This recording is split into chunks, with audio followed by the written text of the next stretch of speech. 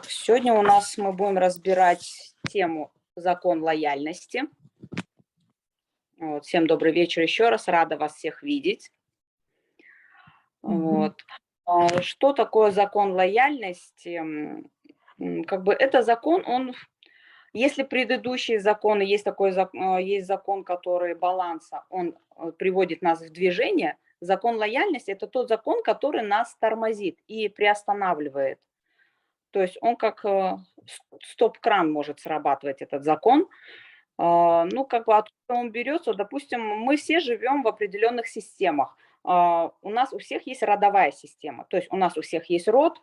Если у вас есть семья, то это 7 предыдущих поколений, с которых вы можете считывать закон лояльности и дублировать их. То есть повторять их, ну, как бы, если сказать повторять их судьбу, можно так тоже сказать, но правильнее сказать, это идет дублирование их ситуаций определенных, которые вы как бы считали, они наслоились, и вы их применяете уже к себе. И потом говорят, вот почему, допустим, вот ее мама там развелась, вот потом ее дочка тоже развелась, и внучка там у них развелась, и люди как бы к этому приписывают там, ну, всякие такие ерундовые диагнозы, что там типа порча с глаз и так далее. Нет, это просто вы считали эту лояльность, и все. Вы к себе ее просто-напросто притянули. Просто можно от нее избавиться, если правильно это делать более таким экологическим способом, как говорится. Вот. Есть еще семейная лояльность и есть социальная лояльность. Вот. По поводу, допустим, родовой лояльности, раньше люди жили так, чтобы они могли выжить. Вот они для этого и жили. Они жили, чтобы выжить. Это их была основная задача. Сейчас у людей задача не просто выжить, а жить комфортно со всеми вытекающими как бы желаниями и потребностями. И получается, как бы вот если люди становятся лояльны к своим предкам, они вот тормозят свое просто развитие. Они вот не могут себе позволить. Типа вот у меня, допустим, ну, как бы люди считают, что вот родственники у меня были бедные, и мне тоже нельзя иметь деньги. То есть они в это время лоялят вот эту связь родовую и предрасполагают себя к бедности тем самым. Вот. Если, например, считалось, что вот когда-то кого-то раскулачили, и этот человек, ну, вот у него отняли, он потерял, и может такой получиться вариант, что эти события продублируются в нынешней жизни у кого-то, потому что у его предка забрали, и ему непозволительно иметь богатство, непозволительно иметь роскошь, и он лоялит это со своих предков. Это тоже можно проработать и избавиться от такого негативного мышления. Нам очень часто, как бы, вот вы можете как бы словить такой сейчас инсайт. Родители говорили, что деньги только у воров, деньги только у бандитов, там деньги это плохо, и вообще деньги это грязь. Как бы вот, просто вот если я у вас спрошу, что вы можете сказать по поводу денег, что для вас деньги? Ну, вот для меня, например, деньги это просто эквивалент для обмена и приобретения каких-то ценностей, каких-то предметов, какого-то. Для меня это просто бумага, за которую я что-то себе приобретаю. Все. То есть она не несет для меня какого-то негатива. Чем больше этой бумажки, тем больше у меня возможности потратить их, тем больше я могу себе что-то позволить. Но у меня нету такого, что вот деньги это плохо. Хотя, потому что я это проработала уже, да. Хотя я в детстве очень часто слышала, деньги даются трудным путем. Но я не считаю, что деньги даются трудным путем. Видимо, в том Советском Союзе по-другому просто люди не могли зарабатывать. В послевоенное время деньги были даже не столько ценны, сколько был ценен товар, предмет быта, которым можно было совершить обмен, бартер. Вот. Поэтому как-то, ну, просто вот от этого нужно, знаете, как отделять себя, фильтровать и все это отдавать, все эти ненужные знания отдавать в свой род. Для этого существует такая школа, для этого существуют вот эти проработки. Это все сделано для того, чтобы можно было себя прокачать и стать более осознанными и уметь им пользоваться. Вот. Например, есть такое понятие семейная лояльность. Что это такое? Это, допустим, жена зарабатывает больше, чем муж. Достаточно много. И в какой-то момент Она понимает, вот если я заработаю много-много-много, чем я сейчас имею, мой муж подумает: ах, я вот такая вот сякая, что я поставила себя выше него, что мне позволено все, что я себе там типа разрешаю и все позволяю, а с мужем не считаюсь. И в этот момент она становится лояльной к тому, что она сливает деньги. Она отказывается, ради больших денег, чтобы быть угодной мужу, чтобы соответствовать каким-то рамкам, каким-то нормативам, что вот жена должна быть под мужем, но никак не выше на голову финансового мужа. И она просто сливает деньги, она их теряет. Ну, разными способами там.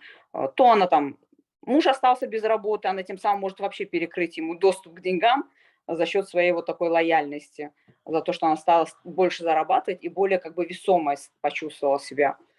Либо она сливает свои собственные деньги на всякие непредвиденные расходы там. Ну, короче, вселенная, если захочет забрать, она в любом случае заберет эти деньги. Если проявилась вот эта лояльность по отношению к тому, что ей неудобно иметь и непозволительно иметь больше денег, чем у ее мужа. Вот, поэтому можете как-то вот, Катюша, либо это на знакомых можно отследить такое, очень хорошо вот сейчас проявляется. я сижу и слушаю, и для меня точно пришло. Вот она, почему у меня так сливается. Вот. Вот эта А ситуация точно про разрешите, меня. Я до этого даже не догадывалась, даже не задумывалась. А вот сейчас у меня это, хотя я это слышала, а вот сейчас мне именно в голову пришло. Вот оно где. Когда-то надо было на права учиться. Я думала, у меня муж не выучился на права. Как я выше буду его? Нет, хотя и деньги были, и все было. Я отказалась. И во многих вот таких ситуациях получалось, что я отказалась. Вот почему я сливаю деньги. Я теперь сейчас поняла, благодарю. Точно. запрет, я себе не позволяю, это мне нельзя. Я считаю так, мне можно все. Вот все, что я хочу, мне можно. Все. Просто позволяйте себе все. Если кто-то считает, что это наглость, если кто-то считает, что это ханжество, это их проблемы. Они могут так думать. Точно так же, как я могу думать, что мне можно все. Я реально, я себе все разрешаю. Вот я такая красавица, и побольше себя хвалите. Я такая умница, я такая молодец. Я себе просто это разрешаю. Если вы себе это искренне разрешите, вот перед вами откроется все, что было перед вами закрыто. И у вас будет такой кайф, я не знаю, ну как это передать? Это когда вот все, вот такое вот, ну, не знаю. Я вся вселенная, я все могу, вот так будет. Вот, что Катя, это касается... не будет считаться самовлюбленностью, нет? Нет, нет, нет, Нет? абсолютно. Ну, Причем тут видишь, у нарцисс? нас наш дагестанский менталитет во мне вообще сильно сидит. Вот, Наргиз, ты сейчас лоялишь свой род, ты сейчас лоялишь Вот. своих родственников. А, Мгм. Ты просто им отдай их за эти знания, и все. Поблагодари свой род за то, что они тебе дали такой опыт, но это их знания. Им так Мгм. можно, им так нужно было. Ты не обязана идти как на поводу, как овечка за ними. Абсолютно. У тебя своя дорога, у тебя своя жизнь. Вы же не должны как бы дублировать прям вот шаг по шагу. Вы же не идете по болоту, вы идете по своей жизни. Вот идите по ней с Мгм. кайфом. Мгм. Так что... А когда мы себя за это гнобим, мы сливаем деньги. Все. Вы хотите сливать деньги? Пожалуйста, сливайте. Я не хочу. Поэтому я себе все разрешаю. Я захотела, например, вот я для себя захотела, вот я хочу вот сейчас пройти вот это обучение. Я прошла. Я захотела пойти учить арабский язык. Я пошла учить арабский язык. Сейчас я хочу закончить арома-школу. С 1 О. января, нет, с 1 декабря у меня будет арома-школа. Так что я буду вас еще давать вам ценные советы, как правильно нюхать и куда что мазать. Я уже видела на статусе у тебя. У тебя Вот, процесс пошел, кажется. позволяйте себе все, Удачи, главное, удачи желаю. просто разрешайте. Мне можно. Вот просто вот большими буквами напиши и повесь на холодильник. Мне можно. А там постом можно поставить точечки, и каждый пусть допишет, что можно. А вообще вот возьмите действительно, вот кто сейчас вот в чате, возьмите листик и напишите, что вам можно. Потому что то, что мы говорим, это одно. Когда мы это проецируем на бумагу, это вообще запускается все во Вселенную с такой бешеной скоростью, и все, и творятся чудеса. Вот. Когда мне во время проработок говорят: ой, ты прям в точку попала. Я говорю: классно. Я просто знаю, что это не точка, я знаю, что это так есть, и все. Но для них это я попала пальцем в небо. Я говорю: ну хорошо, что я так могу попасть. Вот. Поэтому так вот, как бы вот нужно, почему говорят, вот ходите в дорогие магазины. Вот разрешите себе пойти в дорогой магазин. Может, вы там сегодня ничего не купите, но вы хотя бы будете лоялить богатство, вы хотя бы будете себе разрешать, вы будете окружать себя дорогими вещами, вы будете в сфере там, где много денег и хороший доход, а не ходить по всяким таким, я не знаю, каким-то бедным местам, где вот, ну, совсем вот даже некомфортно что-то потрогать, пощупать, не то что одеть. Зачем ходить в такие места? Ходите там, где все роскошно, где помпезно, где вот глаз радуется, да, и вы к себе будете притягивать вот все такое же красивое и богатое. Почему нужно менять круг общения? Например, социальная лояльность. Вы общаетесь с людьми, которые успешные, и вы общаетесь с людьми, которые нудят, которые ноют, которые, ну, ничего не добились, а которые говорят: вот это мне плохо, а вот он деньги украл, поэтому у него бизнес, а ему там папа подарил, а ей любовник подарил, и там, ну, всякие такие гадости, да, вот, которые говорят. Ну, просто вот подальше отодвигайте этих людей, и все.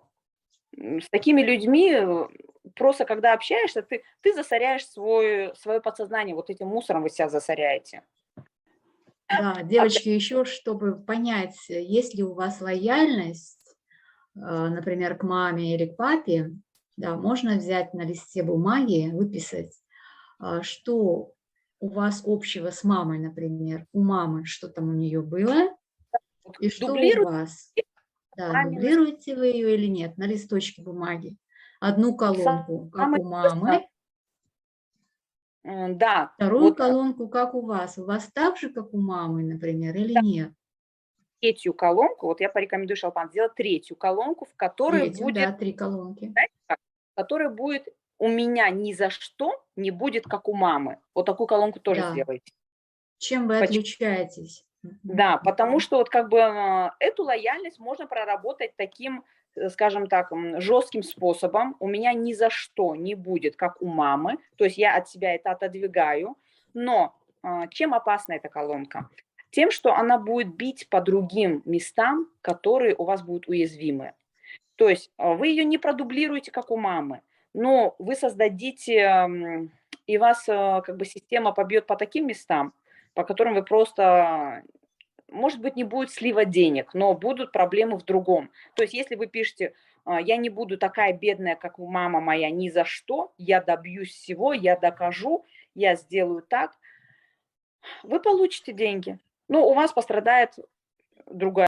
По поводу лояльности, как бы вот дома все объяснили, есть еще такое чувство вины. То есть я, допустим, не лоялю своих родителей никак, но у меня было чувство вины, которое тоже мешает как бы в каких-то жизненных ситуациях. И вот это чувство вины обязательно надо проработать, чтобы не было чувства вины, чтобы оно вас не тормозило. Оно точно так же может сливать деньги, оно точно так же может мешать в отношениях.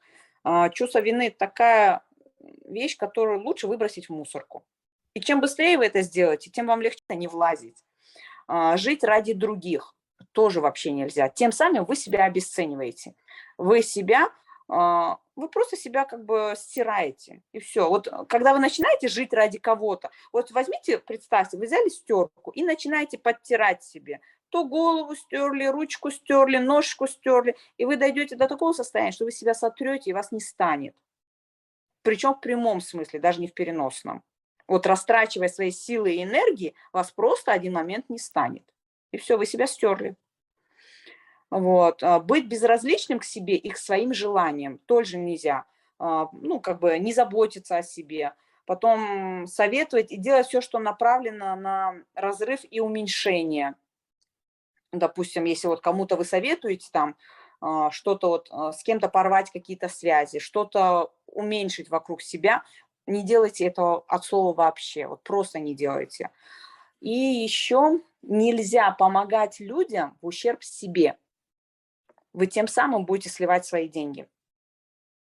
Вот. Некоторые люди могут вот с себя последнюю рубашку снять и отдать. Вы можете давать деньги, дарить деньги тогда, когда у вас закрыты все ваши потребности, когда вам ничего не нужно, вот, ну, все есть, и что же еще желать. Тогда вы можете дать кому-то денег, помочь, подарить вы можете. Но пока у вас нету такого изобилия 100%, не делайте этого, просто не делайте этого. Во-первых, это будет как... никакой пользы этому человеку не принесет. И плюс это вас еще снизит, скажем так. Вы просто приостановите свой поток денег. А зачем это делать? А когда вы вот так вот даете деньги, вы тем самым приучаете людей жить на халяву. Это тоже неправильно. Деньги должны зарабатываться. Для этого надо работать. Если кто-то не может физически, он должен работать умственно. Он должен совершать какое-то движение. И деньги – это обмен, опять-таки. Это обмен. Вы их даете за что-то. Все. Просто так не дают деньги. Просто так, я же говорю, вы можете дать тогда, когда у вас 100% изобилие, и на вас это никак не отразится. И то вы можете сделать это как такой негласный подарок. Не афишировать это, а вот так вот положить на порог, скажем, визуально к человеку, если нужна ему помощь. И он пусть обрадуется, что ему сверху Бог послал денег. Вот так будет шикарно. Можно и родителям помогать, потому что родители – это наши кармические партнеры. Мы им как бы должны, как, ну, у нас кармические отношения с родителями, мы можем им тоже помогать. Да, конечно, можно делать подарок, можно помочь, но главное, чтобы когда вы это делали, у вас не было мысли, что вы им помогаете, потому что они старые, слабые и немощные. Вот чтобы вот этого не было вообще. Вот. Это обязательно. Конечно. Да, Да. иначе это будет нарушение иерархии. Родители великие, надо всегда помнить. Они выше стоят нас, и от них мы получаем наш родовой поток энергии, ресурса. Поэтому всегда надо помнить об этом. Вот. Но есть у кого-нибудь какие-нибудь интересные вопросы по сегодняшней теме? Буду рада ответить.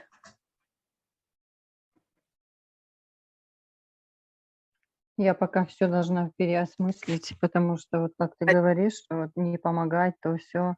Ну тоже у нас же как в Дагестане. Дом строят, надо помочь туда.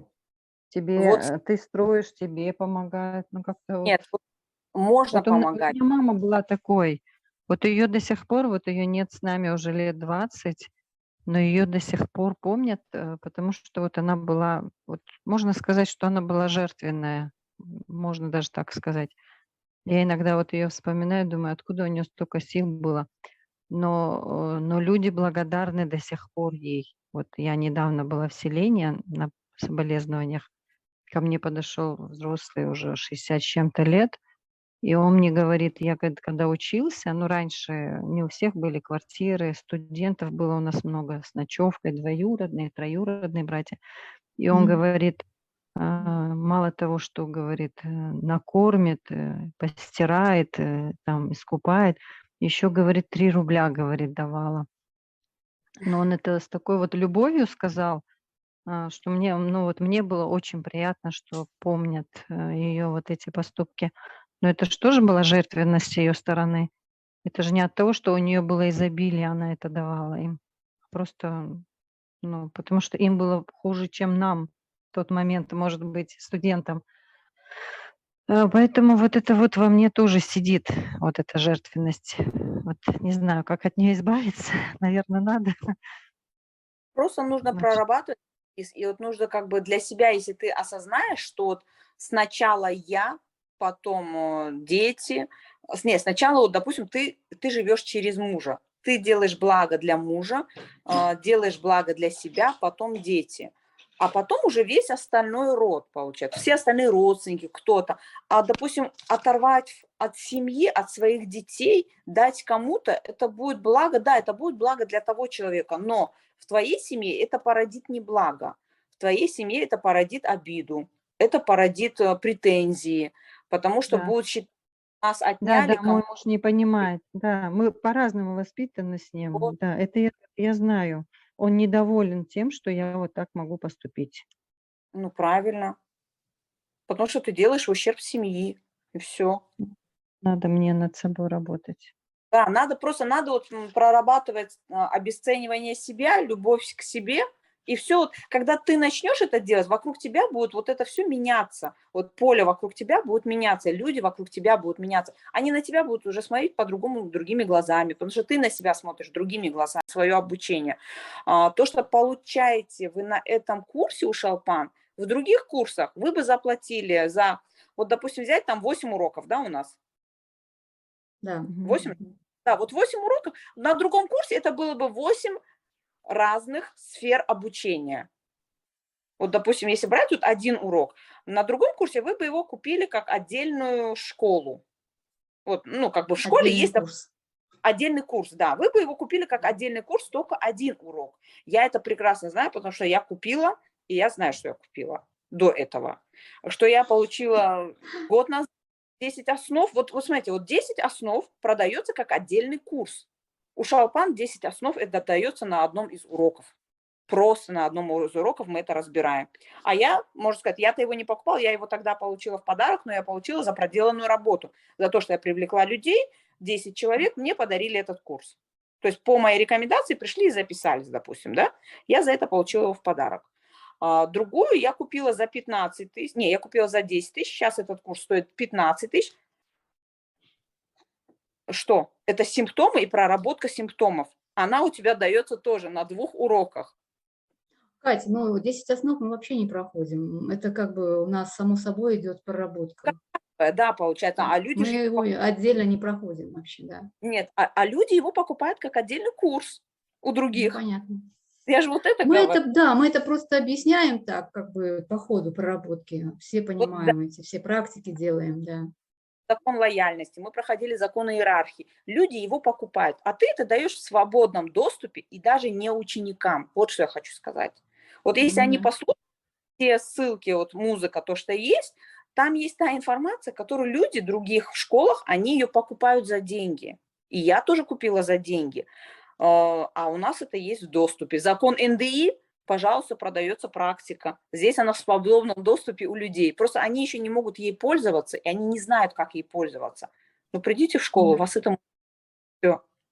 Вам просто надо прийти. Вам сделать надо. Вы один шаг пришли, вы зашли в группу, вы слушаете. Сделайте 2 шага, чтобы стать студентами школы. И все.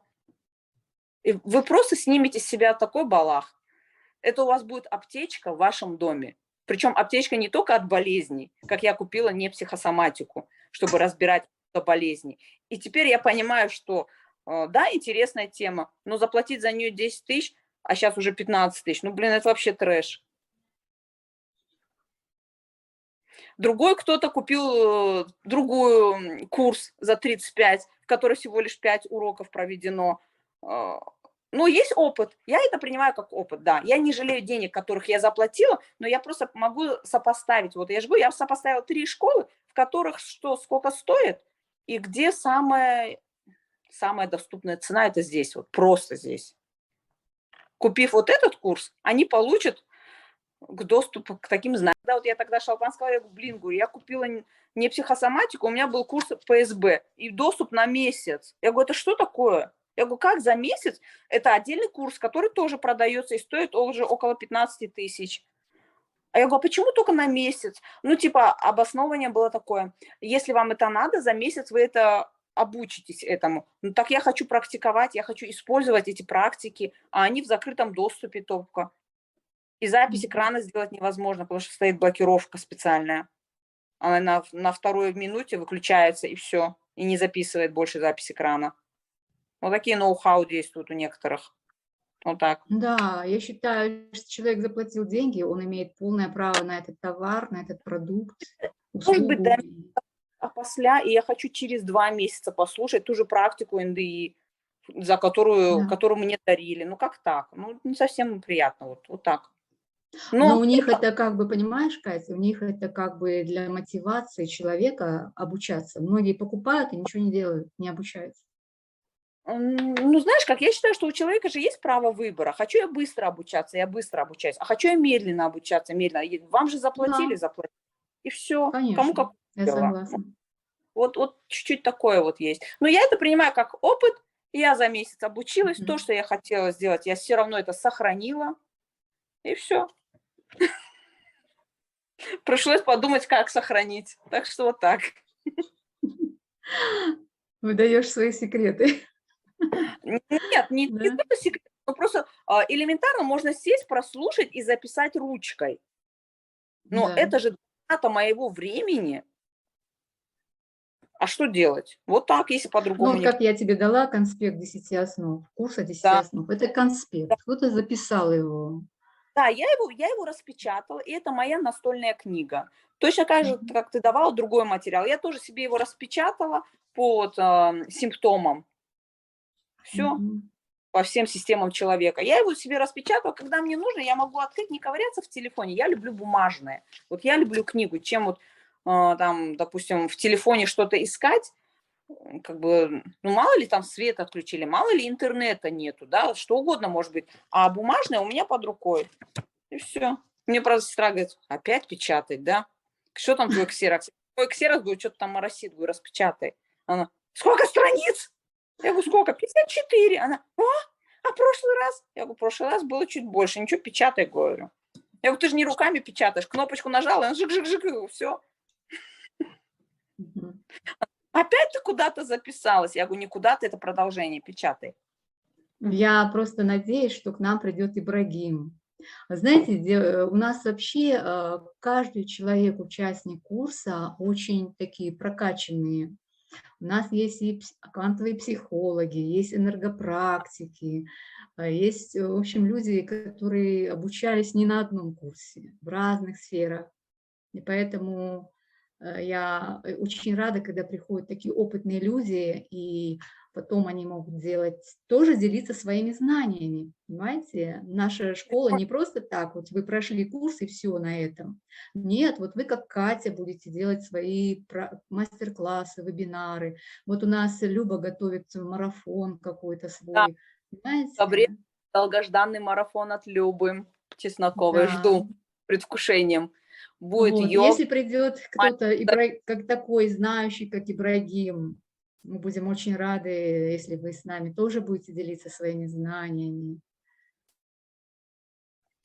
Причем у нас есть в школе девочки, которые закончили очень такие школы, и эти школы очень дорогостоящие. То есть где-то они Мгм. заплатили по 250 тысяч, где-то они заплатили 150 тысяч. И Ну, тем не Академия менее, квантовой психологии очень да, дорогая. да, они сейчас обучаются здесь, они уже некоторые закончили обучение, они стали кураторами, то есть они поняли, что вот психосоматика – это то звено, тот пазл, который им не хватало. И вот для себя я выделила именно психосоматика – это то, чем мне хотелось бы заниматься. Мгм. И Ты то, знаешь, что я думаю, потому что, Кать, ты, во-первых, у тебя есть медицинское образование. может Вот. быть, да. А, Как бы а я я как... этой медицины подальше, нет, нет, Да. это не мое, не хочу, Мгм. не буду. Вот, Но ты и не я, зря же выбрала медицину. Скажи, да, все я просто так не бывает. в экономику ушла, я просто вот когда вот поступала, у моих родителей, у них был такой маленький шок, скажем так. Я пришла и сказала, я сдала документы на экономический. Они так на меня посмотрели, куда? А сказать, что я любила математику, нет, я ее вообще не любила. Мне нравилась медицина. Я проучилась 3 года в специализированном медико-биологическом лицее. Ну, все наши поступили, половина в мединститут, половина на биохимический и фармацевтический. Все. У нас было двое, вот, кто не пошел по медицине, это я и моя подружка. Она тоже поступила на экономический, потому что папа захотел, чтобы она была экономистом. А у них в семье все юристы, династия юристов. Он сказал, хватит нам юристов, будешь экономистом. И вот она закончила экономический. Я сама поступила на экономический, потому что я устала от медицины, от всех этих больных людей, и я не хотела ими заниматься. Девочки, можно такой вопрос задать? Да. Я Да. долго думала и не пойму вот до сих пор, наверное, чем психосоматика отличается от психологии. Я почему-то думала, что это почти одно и то же. Я скажу, психосоматика на ступеньку выше психологии. Вот это все. А в психосоматике мы же решаем вопрос не только со здоровьем. Например, сегодня вот мы решали такой запрос: я не хочу быть маленьким ребенком. Человеку давно уже полвека прожил, скажем. А вот у нее состояние маленького ребенка. Мы это как классно проработали, так классно все прошло. Причем я вот после проработки, я вижу лицо человека, оно обалденное. Я говорю, ты свет. У меня, например, знаете, как вот, ну вот я начала заниматься психосоматикой. Сказать, что мои родные это приняли, поняли, нет, но у меня и не было цели им что-то доказывать, и как-то на них вот, чтобы они к этому относились, чтобы они лояльно к этому как-то относились. Ну, не хотите, не надо.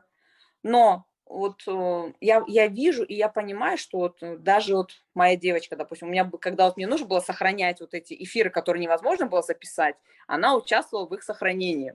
Я ее привлекла к этому. И вот она, получается, невольно это слушала, потому что переслушивалась несколько раз. Это все, чтобы это запомнить и зафиксировать. И она вот как бы наматывает на ус эту информацию. Теперь, допустим, проработав с сестрой, проведя несколько проработок, ну вот я скажу так, с 3-го раза ей психосоматика зашла. Она стала уже прислушиваться. Она уже на работе своих прорабатывает, не умея толком. Ну вот как она же видит, как я с ней работала. Вот такими же вопросами, такими же темпами она своим сотрудникам дает как бы полезную информацию. Вот. Теперь ее девочка, ей 11 лет, племянница моя, она закашляла. Я говорю, не поняла, а что, говорю, ты не можешь высказать? Да, говорит, это не я. Я говорю, в смысле? Я, говорю, все всем высказала, я ее научила, как это все. Это мама. Нет, я сестре говорю, я говорю, что ты не можешь что-то высказать, почему она кашляет, что это такое, говорю. Почему, говорю, она гавкает, говорю. А у нее сухой кашель, лающий. Это значит, человек пытается кого-то защитить, ну, не человек, а ребенок пытается защитить территорию или маму, или что-то вот, что вот в ее окружении ребенка находится, и она как бы таким вот отпугивает, получается. И я говорю, что там опять что-то дома, говорю, возьми, выскажи, и все, что ты, говорю, ты держишь, носишься с этим, как с яйцом, говорю. Выскажи, отдай эту информацию, и все. Она говорит, так нет, говорит. Я, говорит, у нее спросила. И что? Я говорю, и что она сказала? Она сказала, она разозлилась в школе на одного мальчика, который там нахамил, нагрубил, и она не успела высказаться этому мальчику, потому что была эвакуация, и их быстро вывели с класса. И после этого она осталась дома, потому что у нее кашель сильный был. И теперь я говорю, ну, пусть нереально ему выскажется, пусть его метафорически представит, и все выскажется, и все. И вот она вот это ей сказала, она говорит, выскажись. Она говорит, ну вот пойду в школу и выскажусь. Она такая, нет, ну так, представь, говорит, его. Она говорит, нет, я хочу ему в глаза посмотреть и высказаться. Я говорю, это тоже сделает, но пусть начнет с этого. Все, кашель прошел. Ну вот как бы вот сегодня 3-й день, сегодня уже нету такого лающего кашля, который прям раздирал ей горло, который невозможно было спать ребенку. И теперь там, допустим, с сыном тоже там была какая-то ситуация. Он там на что-то ей пожаловался, а он говорит, это, говорит, у тебя что-то на работе. Ты, говорит, на кого-то, говорит, злишься, говорит, вот когда ты злишься на этого человека, говорит, у него что-то было с ногой, если я не ошибаюсь, и ты, говорит, не хочешь идти на работу, вот это, говорит, мол, типа, выскажи все этому человеку. А, не, шея у него начала, шея болит с правой стороны и колено. Она говорит, ну ты на работу не хочешь идти, говорит.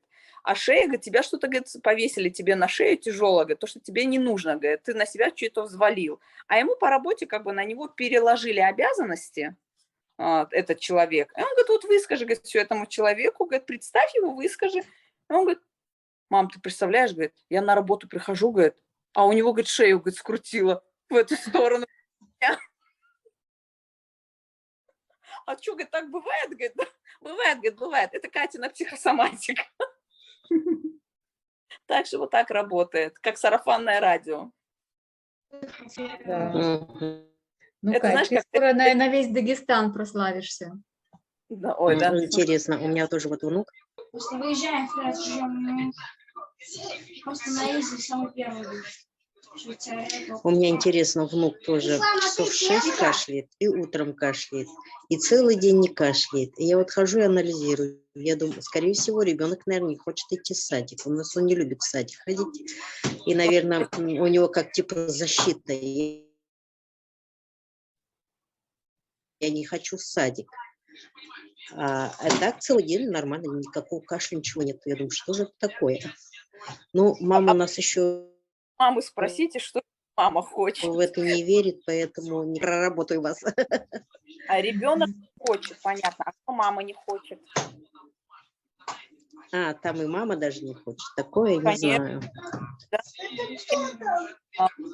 То есть 5 лет ребенок в поле мамы. И вот мама хочет и не хочет, ребенок все считывает и показывает через себя.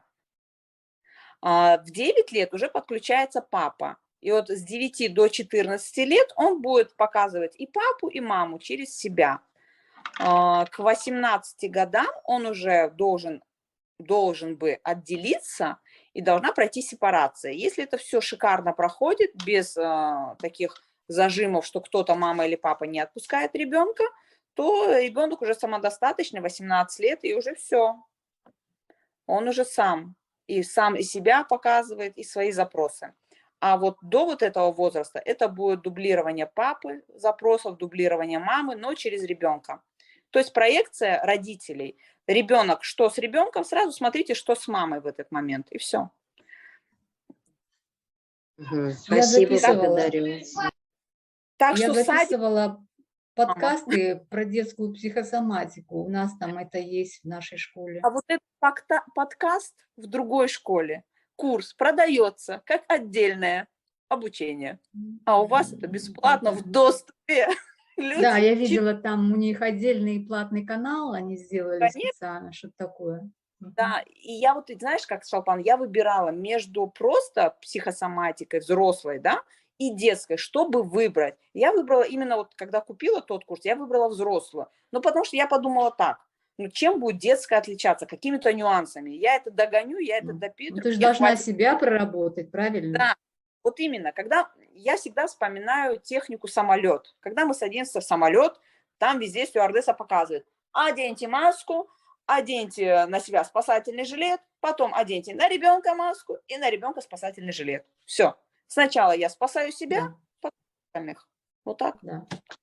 Потому что Любовь ребенок зависит от себя, от твоего состояния, поэтому, естественно, от себя надо вначале проработать. вот только вот, как бы, ну, я-то давно летаю на самолете, но вот когда вот я на это стала обращать внимание, что они все это показывают каждый раз, и что там таблички, что вы сначала себе оденьте маску, потом ребенку, я думаю, какие бессовестные. Мама должна одеть сначала ребенку маску. Потом мне Да. обычным русским языком объяснили: ты задохнешься, и ты не успеешь одеть маску себе потом, и все. А если даже ребенок надышится чем-то, наглотается, ты уже в состоянии здорового и способностей, ты можешь спасти ребенка. И все. Только вот в этом все. Сначала спасаешь себя, чтобы потом могла спасти ребенка. Мгм. Да, поэтому мамы должны, во-первых, всегда отдыхать, уметь расслабляться, заботиться о самой себе в первую очередь. Мама, вообще, ну, в смысле, женщина должна быть на первом месте у себя. Многие женщины жертвуют собой ради семьи. Это Чем во неправильно. мне это бешеная мама, озлобленная мама, как Да. оголенный пруд. Зачем? Чтобы она потом сказала: я ради вас всю себя отдала, все свои молодые годы, и теперь я старая больная женщина. Зачем? Потом Зачем? будут конфликты с мужем, и потом Зачем? уже и дети будут то же самое, несчастные, больные. Мила себя. Мужу такая старая больная жена не нужна. Он потом пойдет искать себе новую, здоровую, молодую жену. Все. Вот чтобы вот этого не было. Дети сказали: а кто тебя просил нас рожать? Живите сначала сами. А потом... Тем более, смотрите, женщина, она как батарейка заряжает всех, мужа, детей. Поэтому откуда брать эту энергию? Надо постоянно ее восстанавливать и отдыхать, гулять, любить себя, заботиться о себе. Это есть такой анекдот. Я пошла делать себе счастливую жизнь. Все. Такими темпами я пошла на море в понедельник. Да, это было? Или это какой день недели был? Да, понедельник. Да, классно. Не, среда это был. Я в среду пошла, погода была шикарная. Ну как не пойти на море? После я, получается, отвела Муртуза в садик, У меня было время до арабского, я пошла на море, и мне так легко там все прочиталось, то, что мне нужно было прочитать. Такое солнышко было, море, запах. Класс, я люблю воду. Поэтому находите время и делайте себя счастливой. Дарите себе минуту счастья. Да, работайте, девочки, над своим подсознанием, над своими программами. Переписывайте их. Вот как раз закон лояльности. Вот, дело в том, что эти все программы передали вам по родовой вашей линии, вот эти всю жертвенность, и там нельзя там высовываться, нельзя быть слишком богатой, нельзя быть слишком там какой-то, слишком счастливой, и это все родовые программы. И можно Вы их переделать, переписать.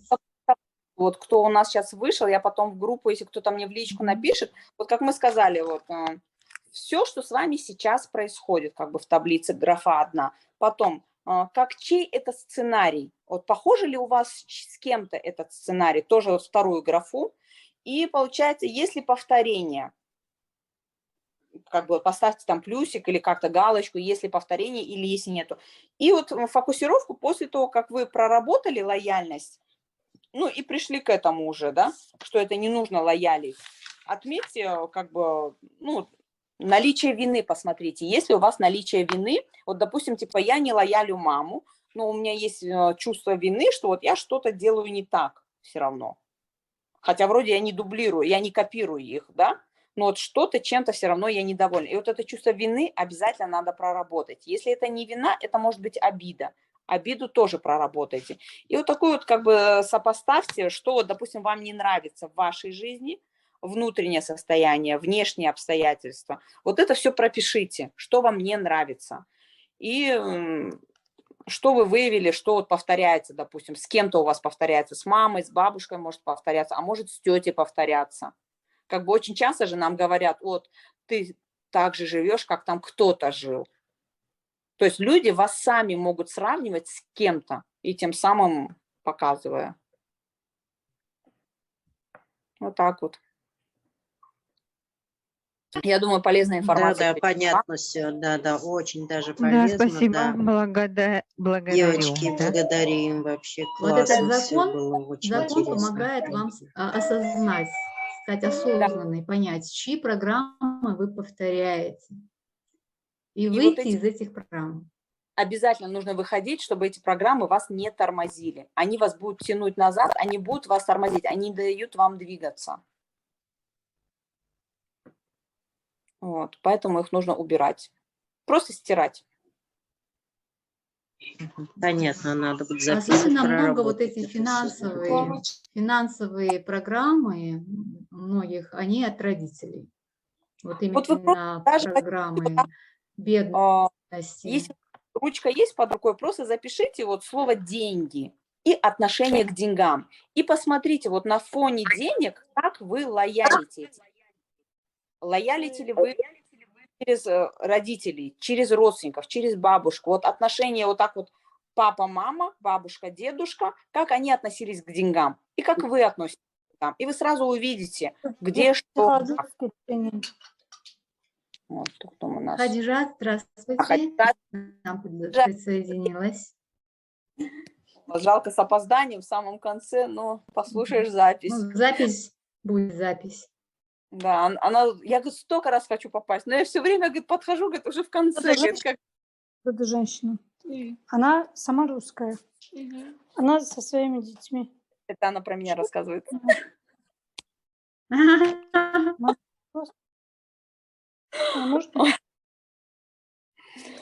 Она просто шикарна. Просто.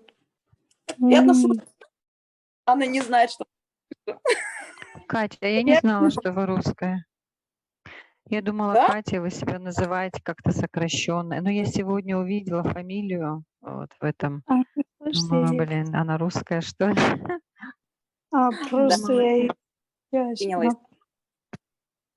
Ну, так что вот так вот. Катюша уже нельзя сказать, что она русская. Ой, мой муж меня называет аварийный вариант.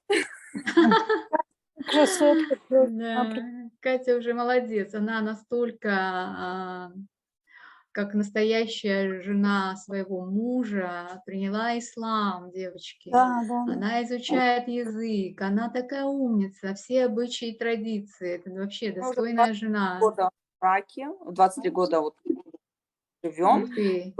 Почему меня Точно. спрашивают, ты приняла ислам? Я сказала так, вы знаете, я считаю, что в семье должна быть одна вера. Да. Вот. Ну, для меня это было как бы вот главный аспект, почему я приняла ислам.